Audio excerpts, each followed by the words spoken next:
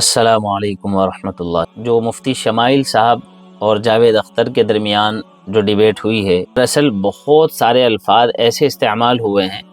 جو انگریزی کا حصہ ہے۔ الفاظ بہت سے لوگوں کو سمجھ نہیں آیا ہو،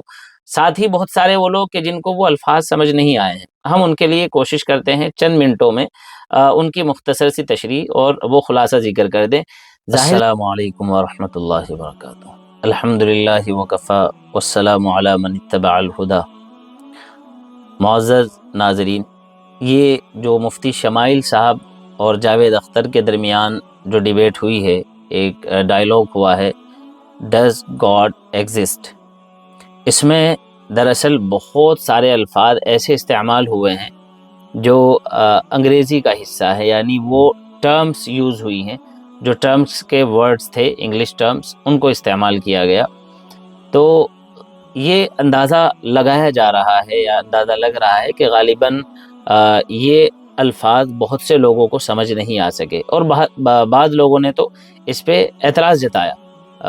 اور ہم ان کی بات کو رد کرتے ہیں اس معنی کر وہ لوگ یہ کہہ رہے ہیں کہ مفتی صاحب نے اس طرح کے الفاظ استعمال کیے ہیں جو لوگوں کو سمجھ نہیں آئیں گے۔ ارے بھائی، مفتی صاحب نے جو یہ پروگرام پورا کا پورا ماشاءاللہ اتنے خوبصورت انداز میں مکمل کیا ہے، اول تا آخر،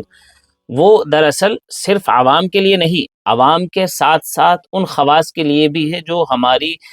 جو ہے عوام کا ایک بہت بڑا حصہ اور عام پاپولیشن جو اسکول، کالجز اور یونیورسٹیز کا حصہ ہیں، اور ان لوگوں کو یہ زبان بہت اچھے سے آتی ہے اور بہت آسانی سے وہ الفاظ کو سمجھتے ہیں۔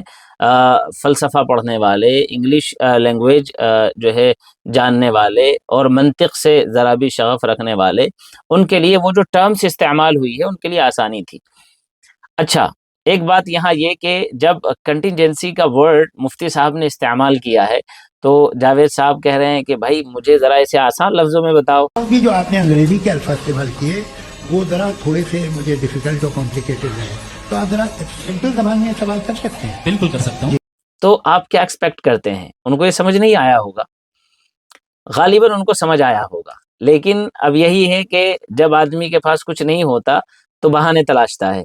تو ہمیں تو ایسا لگتا ہے کہ انہوں نے بہانہ تلاشا ہے، ورنہ حضرت مفتی صاحب نے اتنے پرسکون اور سادے سیدھے اور بہترین اور پیارے انداز میں جو ہے ٹرم کا استعمال کیا۔ پھر اللہ جزائے خیر دے مفتی شمائل صاحب کو کہ انہوں نے بہت ہی اچھے انداز میں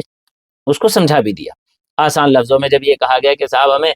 تھوڑا آسان زبان میں بتلا دیجیے آپ کیا کہنا چاہ رہے ہیں، بینیفٹ آف ڈاؤٹ دیتے ہیں، ہو سکتا ہے کہ ان کو جو ہے سمجھ نہیں آیا ہو۔ ساتھ ہی بہت سارے وہ لوگ کہ جن کو وہ الفاظ سمجھ نہیں آئے ہیں، ہم ان کے لیے کوشش کرتے ہیں چند منٹوں میں ان کی مختصر سی تشریح اور وہ خلاصہ ذکر کر دیں۔ ظاہر سی بات ہے، ہمارا جو یہ پیغام آپ تک جا رہا ہے صرف اس معنی کر کے جو الفاظ وہاں سمجھنے میں دشوار ہو سکتے ہیں آپ ان کو یہاں سمجھ لیجئے، لیکن دراصل جو بات سمجھ آئے گی، جو مسئلہ سمجھ آئے گا، اس کی وضاحت ہوگی، وہ حضرت مفتی صاحب کا جو پورا پروگرام ہے نا، آپ اس کو دیکھیے، اس سے لطف اندوز ہوئیے گا اور اس سے سمجھیے گا کتنا سینسٹیو مسئلہ تھا اور کتنا ہی اہم ٹاپک تھا، اور اس کو مفتی شمائل صاحب نے کتنے خوبصورت، پیارے، سیدھے، سادے انداز میں الحمدللہ عوام امت کے سامنے رکھا ہے۔ چونکہ جاوید صاحب تو ماننے والے تھے نہیں، بہرحال البتہ ان کو سامنے بٹھا کر کے مفتی صاحب نے ایک عالمی پیغام دے دیا ہے۔ اللہ پاک ذات واجب الوجود ہے، ہمیشہ سے ہمیشہ تک رہنے والی ہے، ایسا نہیں کہ وہ کبھی نہیں تھا وغیرہ وغیرہ، یا وہ ٹائم اور اسپیس میں باؤنڈ ہے۔ بہرحال ہم ٹاپک کی طرف آتے ہیں، let's come to the point. جو ٹرم یوز ہوئی ہے اس میں ایک لفظ ہے کنٹینجنسی، جس سے مجھے یہ پورا کا پورا ذہن میں آیا کہ یہ الفاظ آپ حضرات تک پہنچنے چاہیے۔ اس اصطلاح کو حضرت مفتی صاحب نے اللہ رب العالمین کے یا خدا کے وجود کی دلیل بنایا، اس کی بنیاد بنایا ہے۔ اس کا معنی کیا ہے؟ اصل میں کنٹینجنٹ کا مطلب ہے ایسی چیز جو اپنے وجود کے لیے کسی دوسری چیز پر منحصر ہو، یعنی وہ ڈیپینڈنٹ ہو، کسی اور پر اس کی بنیاد ہو۔ اور اس کا استعمال جو اس جو ہے ڈیبیٹ میں ہوا ہے وہ اس اعتبار سے کہ پوری کائنات جو ہے وہ کنٹینجنٹ ہے، یعنی منحصر ہے کسی اور پر، کیونکہ یہ وقت اور جگہ یعنی ٹائم اور اسپیس کی پابند ہے یہ پوری کائنات، اور چونکہ کائنات خود بخود وجود میں نہیں آ سکتی تھی، اس لیے اسے ایک ایسی ہستی کی ضرورت تھی جو کسی پر منحصر نہ ہو، یعنی وہ ذات کسی پہ وہ سیلف ڈیپینڈنٹ ہو، وہ کسی اور پر جو ہے انحصار نہ رکھتی ہو۔ لہذا اللہ رب العالمین نے اس کائنات کو پیدا کیا ہے، اور اللہ پاک کو کوئی پیدا کرنے والا نہیں ہے، اللہ پاک ہمیشہ سے ہیں اور ہمیشہ رہنے والے ہیں۔ ایک بہت ہی عجیب بات جاوید صاحب نے یہاں یہ کہی کہ جب یہ کائنات نہیں تھی تو خدا کیا کر رہا تھا،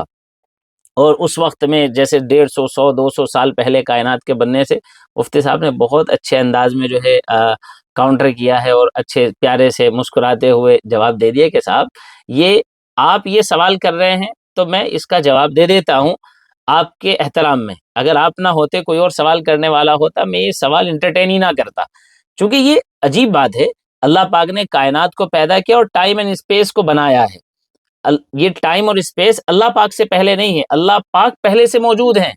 انہوں نے اس کو بنایا ہے، اور جو انسان بھی اگر کسی چیز کو بنائے تو وہ بنانے والا اس سے باہر ہوتا ہے، وہ اس کے اندر نہیں ہوتا، تو اللہ پاک اس ٹائم اینڈ اسپیس کے اندر نہیں ہے، اللہ پاک اس کو بنانے والے ہیں، وہ ذات بیونڈ ہے۔ دوسری بات،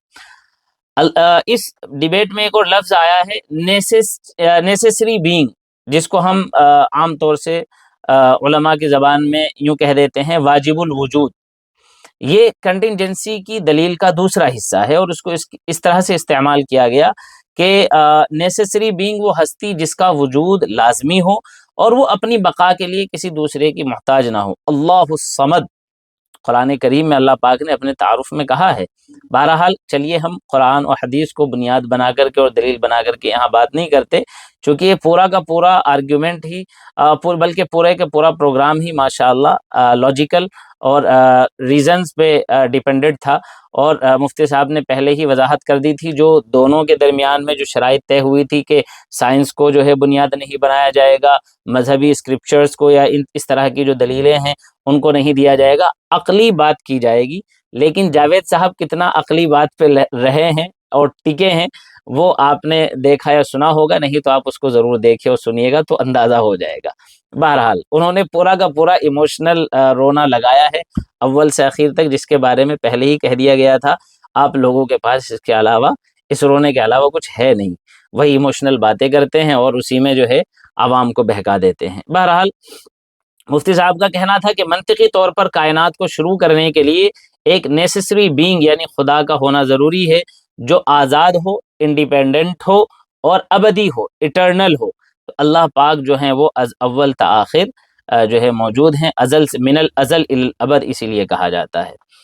تیسری بات جو آئی ہے انفینائٹ یا انفینٹ بھی بول دیتے ہیں، انفینائٹ ریگریس آف کازز، یعنی اسباب کا لامتناہی سلسلہ۔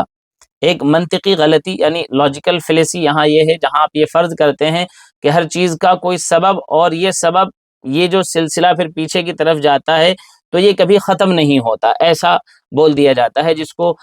علماء کے ہاں تسلسل کہتے ہیں، دور کہتے ہیں، جب فلسفے کی بحث چلتی ہے۔ تو مفتی صاحب نے دلیل دی کہ اگر ہر سبب کا ایک اور سبب ہو تو یہ کبھی سلسلہ ختم ہی نہیں ہوگا۔ ایٹ دی اینڈ حضرت مفتی یاسر ندیم الواجدی صاحب دامت برکاتہم العالیہ نے کہا بھی کہ صاحب آپ شاعر ہیں، آپ کے والد یا اوپر کے لوگ آپ کے استاد شاعر تھے تو ان کی وجہ سے آپ شاعر ہیں، اگر ایسا ہو کہ وہ بھی شاعر اس سے پہلے بھی اس سے پہلے بھی اس سے پہلے بھی تو آپ کا شعری وجود کبھی ہوا ہی نہ ہوتا، چونکہ وہ سلسلہ لامتناہی چلتا چلا جائے گا، کیسے کہیں جا کر کے ختم ہوگا۔ ظاہر سی بات ہے حضرت مفتی صاحب نے ایک بات وہاں پہ یہ بھی رکھی کہ بھائی ایک بال ہے، وہ ہو بھی سکتی تھی نہیں بھی ہو سکتی تھی، مثلا ایک یلو کلر کی بال ہے، وہ ایکسپینڈ کر رہی ہے، بہت بڑی کائنات جیسی پھیل گئی ہے وغیرہ وغیرہ، لیکن کب تک، آخر وہ آئی کیوں، کہاں سے؟ اچھا یہیں پہ ایک بات جو ہے سمجھ میں آتی ہے کہ یہ جو سائنس کا مسئلہ ہے تو سائنس جو ہے وہ ہاؤ کو بیان کرتا ہے، کیسے، وائی کو بیان نہیں کرتا، کیوں۔ یہ اللہ پاک بتلاتے ہیں کہ یہ چیز کیوں وجود میں آئی ہے اور ہم نے اس کو وجود کیوں بخشا ہے۔ بہرحال مفتی صاحب نے یہ دلیل کے طور پہ کہا کہ اگر ہر چیز کا کوئی سبب ہوتا رہے اور یہ سببی سلسلہ یوں ہی چلتا رہے تو یہ تو انفینائٹ ریگریس کا جو مسئلہ ہے یہ تو وہ سامنے آ جائے گا، تو تسلسل رہے گا، کبھی سلسلہ ختم نہیں ہوگا۔ اچھا ایک اور جو ہے لفظ استعمال ہوا فیتھ ورسز بلیف، اور جاوید صاحب یہ کہنا چاہ رہے تھے کہ ان دونوں کے درمیان جو فرق ہے، بلیف جس کے لیے ثبوت اور گواہی یعنی ایویڈنس اور لاجک موجود ہو، جیسا کہ ان کا ماننا تھا کہ نارتھ پول موجود ہے، جبکہ فیتھ وہ ہے جو آپ بغیر کسی ثبوت یا منطق کے کسی بات کو مان لے۔ اس کو بھی بہت اچھے طریقے سے جو ہے رد کیا گیا اور بتلایا گیا کہ بھائی ہم بلائنڈ فیتھ نہیں رکھتے، اندھ بھکت نہیں ہے ہم لوگ باقاعدہ عقل سے سوچ سمجھ کر کے اللہ پاک کے وجود پر جو ہے وہ ایمان رکھتے ہیں، اور ہمارا جو فیتھ ہے وہ ایسا نہیں ہے اللاجیکل ہے، اریشنل ہے، بلکہ ریشنل ہے، لاجیکل ہے۔ اللہ پاک کا وجود ہے اور اسی نے اس کائنات کو وجود بخشا ہے، اور جو ہے جاوید صاحب نے یہ بھی کہا کہ کیا اسٹوپڈیٹی ہے کہ ایک چیز کو بغیر کسی جو ہے سبب کے مان لیا جاتا ہے۔ تو صاحب اگر آپ یہ کہیں کہ بغیر سبب کے کسی چیز کو یا بغیر جو ہے لاجک کے نہ مانا جائے، we are on the same page, ہم بھی یہ کہتے ہیں کہ بغیر سبب کے کیوں مانا جائے، وداؤٹ اینی لاجک آپ کیوں تسلیم کر لے رہے ہیں، ہمارے پاس لاجک ہے آلریڈی۔ تو لہذا آپ اس بات کو اگر سمجھ جاتے تو امید ہے کہ آپ اس طرح کی حماقت نہ کرتے۔ مفتی صاحب نے بڑا احترام کیا ہے اخیر تک الحمدللہ، اور بہت اچھے انداز میں جو ہے ان چیزوں کے جوابات دیے ہیں۔ ایک بات اور آئی ہے، سائنسی غلبہ بمقابلہ سائنس، یعنی سائنٹزم ورسز سائنس۔ مفتی صاحب ان دونوں کے درمیان ایک واضح لکیر کھینچتے ہوئے فرماتے ہیں کہ سائنس طبی دنیا کو سمجھنے کا طریقہ ہے، جبکہ سائنٹزم یہ عقیدہ ہے کہ صرف سائنسی علم کی بنیاد کا واحد ذریعہ ہے، اور یہ عقیدہ کہ صرف سائنسی علم کی بنیاد کا ذریعہ ہے، یہ بہت جو ہے عجیب بات ہے، اسی کو سائنٹزم کہا جاتا ہے۔ سائنس کے اسلام مسلمان خلاف نہیں ہے، چیزوں کو جانا جائے، غور کیا جائے، لیکن اگر سائنس کو بنیاد بنایا جائے، جو کہ پہلے ہی بتلایا جا چکا کہ سائنس اللہ کے وجود کی بنیاد نہیں ہو سکتا، کیوں؟ اس لیے کہ سائنس غیر مادی حقائق یعنی میٹا فزیکل ریئلٹیز کو نہیں ناپ سکتی ہے۔ بات آپ امید ہے کہ سمجھے ہوں گے۔ اور مفتی صاحب نے ایک وہاں پہ بڑی اچھی بات کہی، فرماتے ہیں کہ یہ ایسا ہوا جیسا کہ آپ نے ایک ٹول لیا جو دراصل جو ہے ایک آلہ ہے جو لوہے کی شناخت کرتا ہے، اس کے بارے میں ایک میٹل ڈیٹیکٹر ہے جو بتاتا ہے کہ ہاں یہاں پہ میٹل موجود ہے، تو آپ اس سے جو ہے پلاسٹک کو ڈیٹیکٹ کرنے کی کوشش کر رہے ہیں، آپ اس سے پتہ لگا رہے ہیں کہ پلاسٹک یہاں موجود ہے کہ نہیں ہے۔ تو صاحب وہ میٹل ڈیٹیکٹر ہے، وہ پلاسٹک ڈیٹیکٹر نہیں ہے، اس سے پلاسٹک کا کیسے اندازہ ہوگا؟ تو آپ آلے کا غلط جگہ پہ استعمال کر رہے ہیں۔ سائنس جو ہے اپنی جگہ پہ درست ہے، لیکن ہر چیز میں سائنس ہی کو اگر جو ہے گھسایا جائے گا، داخل کیا جائے گا، تو ظاہر سی بات ہے پھر ایک چیز کا غلط طریقے سے غلط جگہ پہ استعمال کرنا لازم آئے گا، جس سے پھر فائدہ نہیں ہوگا۔ آگے بڑھتے ہوئے دیکھتے ہیں پرابلم آف ایول پہ بات ہوئی ہے، یعنی برائی کا جو مسئلہ سامنے آیا ہے۔ جاوید اختر صاحب کا ایک مضبوط سوال یہ تھا کہ اگر خدا قادر مطلق یعنی اومنی پوٹینٹ ہے اور نہایت رحم کرنے والا یعنی مرسیفل ہے، تو دنیا میں تکلیف اور برائی کیوں ہے؟ غازہ کے اندر بچوں کو ایسے کیا جا رہا ہے، دنیا میں یہ ہو رہا ہے، ریپ ہو رہے ہیں، فلاں یہ وہ بہت ساری چیزیں، اور کہا کہ جو ہے اتنی اموات ہوئی ہے، قدرتی آفات آتی ہیں، اور جو ہے سونامی آ جاتی ہے، کبھی تو ہوائیں چل جاتی ہیں، وغیرہ وغیرہ، کچھ اس طرح کی باتیں انہوں نے کہی۔ I am not telling you the exact word, this is the sense what I am telling to you, جو مجھے مفہوم ہوا ہے میں نے ہلکا سا اس کی طرف اشارہ کیا ہے۔ جواب یہ ہے کہ اصل میں مسئلہ یہ ہے کہ اللہ تبارک و تعالیٰ نے انسان کو ایک فری ول دی ہے، فری ول، سمجھ رہے ہیں؟ تو برائی کا موجود ہونا یہ اللہ تبارک و تعالیٰ کے ظالم ہونے کی دلیل نہیں ہے، نعوذ باللہ۔ دراصل برائی اور اچھائی کا تصور تو برائی اور اچھائی کے درمیان ڈفرینشیٹ کرنے کے لیے ہے۔ دیکھیے جب تک کوئی کڑوی چیز نہیں ہوگی آپ کو میٹھے کی حقیقت کا اندازہ نہیں ہوگا، جو بھی ہے وہ سب ویسا ہی ہے، اور جب تک میٹھا نہیں ہوگا آپ کو کڑوے کا پتہ نہیں چلے گا۔ جب میٹھا اور کڑوا دو الگ الگ چیزوں کا وجود ہے، اب آپ ڈفرینشیٹ کر پاتے ہیں یہ چیز کڑوی ہے میٹھی ہے۔ لہذا جب ایول بھی ہے اور جو ہے گڈ بھی ہے، برائی بھی ہے اور اچھائی بھی ہے، اللہ تبارک و تعالیٰ نے جو فری ول دی ہے اس میں ایسا کیا، انسان کو اختیار دیا ہے کہ بھائی آپ اچھائی کریے تو آپ کے لیے جزا ہے، برائی کریں گے تو سزا ہے۔ لہذا آپ کو اختیار ہے کہ آپ برائی نہ کیجیے، آپ اچھائی کیجیے۔ رہ گیا ہے کہ دنیا میں جیسے ایک لیڈی نے بھی اخیر میں سوال کیا کہ ریپ ہوتا ہے، یہ وہ سب ہے، تو شریعت اسلام یا اللہ پاک کی ذات کب اس کو جو ہے اپریشیٹ کر رہے ہیں کہ ریپ کیا جائے، نعوذ باللہ. ہم نے پھر کہا، ہم پھر جو ہے سیم بوٹ میں ہے، we are on the same boat. ہم بھی اس کو کنڈیم کرتے ہیں، آپ بھی برا سمجھتے ہیں، بٹ اگر آپ کچھ معیارات طے کرتے ہیں، اسٹینڈرڈ طے کرتے ہیں، کون طے کرے گا؟ عوام. کہ آپ عام لوگوں کو، اچھا ایک بہت آسانی سے کہہ دیا جاتا ہے جی اکثریت طے کرے گی، موسٹ آف دا پیپل جو کہیں گے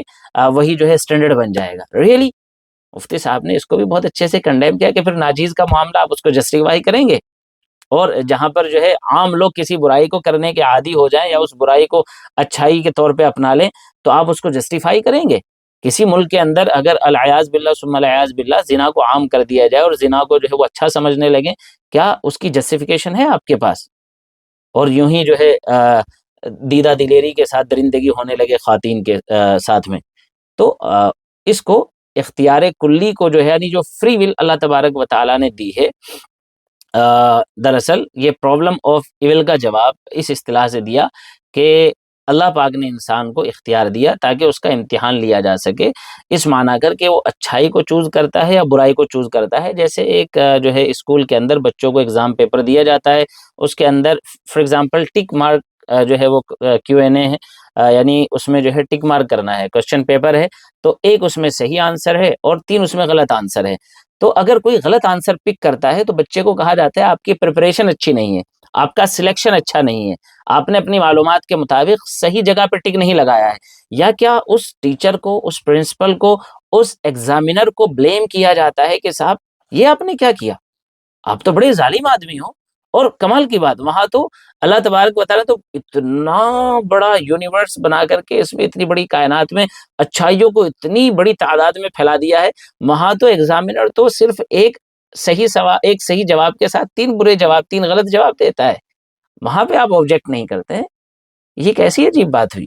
تو پتہ یہ لگتا ہے کہ جو سلیکشن کرنے والا بندہ ہے، جو برائی کا انتخاب کر رہا ہے، وہ برا ہے. چاقو کی مثال مفتی صاحب نے دی کہ وہ کاٹنے کے کام آتا ہے، کوئی اگر اس سے پھل کاٹ کے کھائے، کوئی صحیح چیز جو کاٹنے کے لیے ہے اگر اس کا استعمال وہاں پر کرے تو بہت اچھی بات ہے، لیکن اگر کوئی اس سے قتل کرتا ہے نعوذ باللہ تو اس کی اپنی غلطی ہے، چاقو بنانے والے کا اس میں فالٹ نہیں ہے.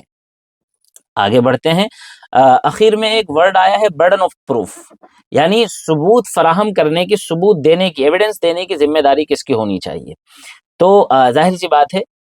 دلیل جو ہے وہ مدعی کے اوپر ہوتی ہے، جو دعویٰ کرنے والا ہے وہ دلیل دیتا ہے، وہ پروف دیتا ہے. اور مفتی صاحب نے یہاں پہ بہت پیاری بات کہی جاوید صاحب کو کہ سر آپ نے خدا کے وجود کے انکار کا دعویٰ کیا، آپ نے خدا کے وجود کو غلط ٹھہرایا ہے، اور یہ گویا کہ آپ کا انکار دعویٰ ہے کہ خدا موجود نہیں ہے. جو مان رہے ہیں وہ تو مانتے ہیں، آپ نے نا کا یعنی اللہ کے وجود کے انکار پر دعویٰ کیا، آپ کلیم کرتے ہیں کوئی خدا نہیں ہے، کوئی خالق نہیں ہے، کوئی مالک نہیں ہے، آپ کے پاس دلیل کیا ہے اس بات کی؟ تو اس کا جواب جو ہے وہ جاوید صاحب پہ بنتا ہے. لہٰذا اس کو بہرحال ہمیں بس وضاحت کرنی تھی برڈن آف پروف کسے کہتے ہیں. حضرت مفتی صاحب نے تو اپنی طرف سے جو جوابات دی ہیں، سلیوٹ ٹو مفتی شمائل ندوی صاحب حفظہ اللہ، اللہ پاک انہیں اپنے حفظ و امان میں رکھے. اب جو ہے سمری کے طور پہ ان شورٹ ہم اگر یہ بات کہیں کہ پوری بحث بالخصوص حضرت مفتی صاحب کی طرف سے منطقی تھی، لاجیکل تھی، اور مشاہدے یعنی آبزرویشن کی بنیاد پہ بڑے اچھے سے جو ہے مفتی صاحب نے اس کو نبھایا ہے، اور لاجیکل نیسیسٹی کو ثابت کرنے کی خوب کوشش کی گئی ہے، الحمدللہ ثم الحمدللہ. اور ہم یہ سمجھتے ہیں، بلکہ دنیا آج یہ سمجھ رہی ہے کہ مفتی صاحب نے 100% جو ہے اس کو بہترین انداز میں اور پوری کامیابی کے ساتھ نبھایا ہے. سامنے اگر دیکھا جائے تو جاوید صاحب نے بہت زیادہ ایموشنل اتیاچار کیا ہے، ایموشنل ہوئے ہیں، ایموشنل کیا ہے عوام کو، اور ان کی ناکامی کا اس سے بھی اندازہ لگایا جا رہا ہے کہ ان کے جو اپنے ہیں، ان کے جو فیلوز ہیں، ان کے جو میٹس ہیں، اور ان کی پارٹی کے جو دوسرے لوگ ہیں، ان میں ڈر کا ماحول ہے. وہ کہہ رہے ہیں صاحب ان کی تیاری نہیں تھی، مولویوں کو تو مدرسے میں ایسا سکھایا جاتا ہے، یوں کرایا جاتا ہے، اور ان کو مناظرے کے لیے، ڈیبیٹ کے لیے تیار کیا جاتا ہے، فلاں فلاں فلاں. بھائی صاحب ایک بات سنیے، اور آخر میں یہ بات کہہ رہا ہوں، بہت توجہ سے سنیے. علماء الحمدللہ انبیاء کے وارث ہیں، ہمیشہ سے تیار رہے ہیں علمی میدان میں، گراؤنڈ لیول پہ جہاں جہاں اللہ پاک نے جب خدمات کی توفیق دی ہے، اللہ پاک نے ان کو گائیڈ کے طور پہ، قائد کے طور پہ، اور رہبر اور رہنما کے طور پہ آگے پہلی صف میں جو ہے کیا ہے اور آپ نے ان کو ہمیشہ آگے کھڑا ہوا پایا ہے، ایک بات۔ دوسری بات یہاں بہت توجہ سے سنیے، آپ اگر اچھی تیاری کر کے آئے ہوتے، آپ نے اچھے جو ہے سوالات کیے ہوتے، آپ نے اپنی طرف سے اچھی باتیں بنیاد کے طور پہ سامنے رکھی ہوتی، تو آپ دیکھتے کہ ایک اکیڈمک پریپریشن جو حضرت مفتی صاحب کی طرف سے کی گئی تھی، اور ایک عالم کتنے خوبصورت انداز میں بات کرتا ہے، یہ تو آپ کی طرف سے کچھ بات آئی ہی نہیں، بہت ہی بچکانہ سی چائلڈش چیزیں تھیں جو مفتی صاحب نے بہت سادے سیدھے سے انداز میں جواباً آپ کی خدمت میں عرض کر دی۔ اور حضرت مفتی صاحب نے کہا بھی کہ میں بہت اچھی تیاری کے ساتھ آیا تھا، لیکن بہرحال اب جو ہوا سو ہوا۔ امید ہے کہ آپ جو ہے ان الفاظ کو سمجھ کر کے اس جو ہے ڈیبیٹ کو دیکھیں گے، اس سے سیکھیں گے۔ اللہ پاک ہمیں اپنی ذات بابرکت پر تا دم حیات آخری سانس تک استقامت نصیب فرمائے، اور اللہ پاک ایمان کی نشر و اشاعت، اسلام کی نشر و اشاعت، اس کی تعلیمات کو اپنانے پھیلانے کی توفیق عطا فرمائے، اور ہم سب کے لیے اللہ پاک خیر عافیت کے ساتھ ایمان والی موت مقدر فرمائے۔ وآخر دعوانا الحمدللہ رب العالمین۔ السلام علیکم ورحمۃ اللہ وبرکاتہ۔